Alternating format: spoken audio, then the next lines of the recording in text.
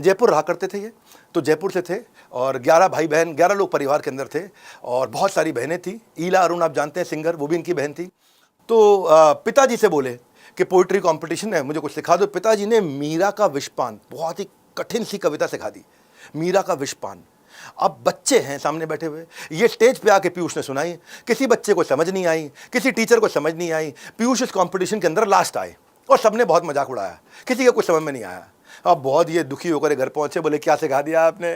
तो पिताजी बोले अफसोस मत करो, वो सारे गधे हैं, उनको इसलिए समझ में नहीं आया। बोला अगली बार कंपटीशन होना, मैं बताता हूँ क्या करना।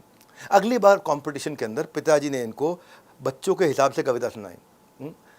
क्या क्या बोले वो? कहते इधर भी गधे उधर भी गधे, जिधर देखता हूँ गधे ही गधे, गधे हंस रहे आदमी रो रहा, हिंदुस्तान में हाय ये क्या हो रहा। और सारे जोर जोर से हंसने लगे, सारे बच्चों ने तालियां बजाई, पीयूष फर्स्ट आ गए, उनको गोल्ड मेडल मिल गया।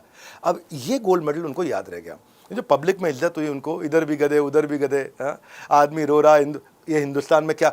अब ये ना पीयूष को समझ में आ गया कि भाई अगर ऑडियंस के हिसाब से बात नहीं करोगे तो काम नहीं चलेगा। और उसको उन्होंने ब्रांड्स में बहुत यूज़ किया कि कस्टमर का एस्पिरेशन, ऑडियंस का एस्पिरेशन होना चाहिए मेरा कम्युनिकेशन। इसी कविता के चक्कर में जीत गए।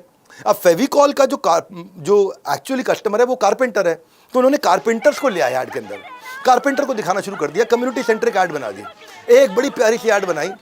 अब टीवी के अंदर जो है ना, लड़का और लड़की पुल के साथ में बहुत ऊंचे पुल पे लटके हुए, पकड़े रहना छोड़ना नहीं, पकड़े रहना छोड़ना नहीं, पकड़े रहना बार बार बोले पकड़े रहना छोड़ना नहीं।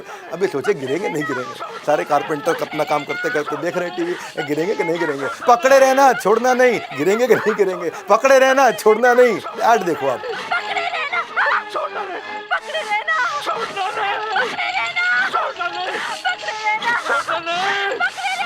अरे ये भी कोई फिल्म है?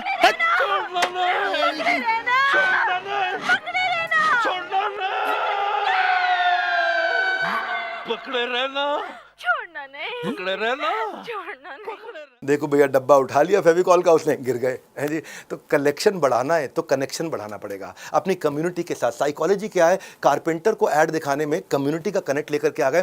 कारपेंटर को याद रह जाना चाहिए क्योंकि कारपेंटर ही एक्चुअली फेविकॉल कंपनी का मालिक है। फेविकॉल के कंपनी का मालिक है ही नहीं। पीयूष जानते थे कि मेरे को ऐसा एग्जैजरेशन करना है कारपेंटर की लाइफ में कि उसको रिकॉल आ जाए, और फेविकॉल के कारण ये जो मूवी का सीन का जो एग्जैजरेशन किया, ये ह्यूमर, ये चुटकुला, content is fire but community is gasoline, और वो कम्युनिटी जो है ना वो गैसोलीन बन गया वहां पे।